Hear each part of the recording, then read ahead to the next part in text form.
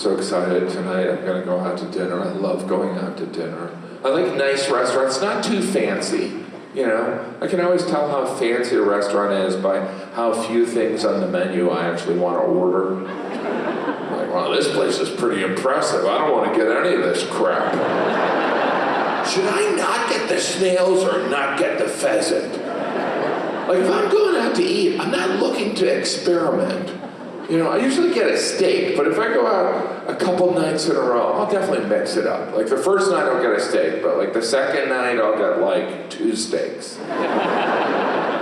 Fanciest restaurant I ever went to was after a movie premiere. That's not really important to the story, but I wanted you to know I was in a movie. After this movie premiere, they brought us to this restaurant that had only had 6 tables. And this supermodel hostess led us to the table. She acted like she was our best friend. She's like, "Hi, how are you? It's so great to see you." And I was just thinking, you'd never talk to me. And she led us to these 6 tables. And when our entrees were delivered, these 6 dancers came out and started dancing in front of each of the tables. I realize it sounds like I'm describing a strip club.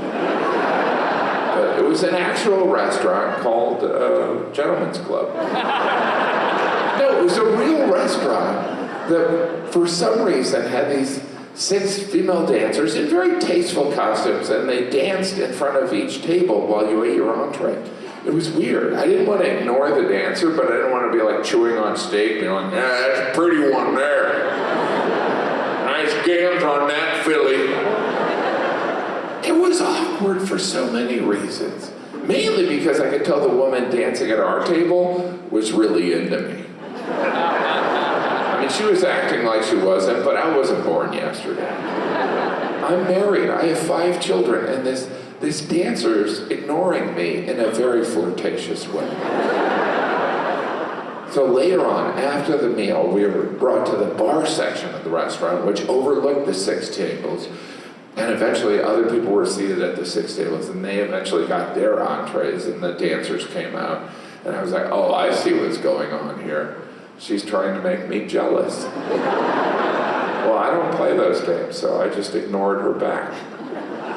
And then at the end of the night, everyone from the movie were making plans, and some people were going out, and I was like, I'm just gonna go back to my hotel. So I started walking back to my hotel, and I kind of recognized someone in the distance talking on the phone, and I realized it was our dancer from the restaurant. And I was like, oh, what a coinkydink.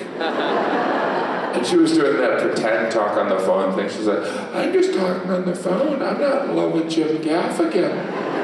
It's like, yeah, right. So I did what any happily married man would do. I followed her home and killed her. But you can see how it wasn't my fault. I just wish some of you could see some of the faces. Why? Now the only reason that's funny, if it is funny, the only reason that's funny is because it's true. I killed someone in Toronto. No, the only reason that's funny is because men are that dumb. Every man in this room at one point has looked at someone and thought, they're into me. Only to realize later on, oh, they're not into me. And then that person ends up dead. Let me just say up front, I'm against murder. I don't want to divide the room, but I'm like anti-murder. Like if later on, if Ted's like, come on, let's kill someone, I'll be like, no. That's wrong. And he might rib me. He might be like, what are you, a liberal?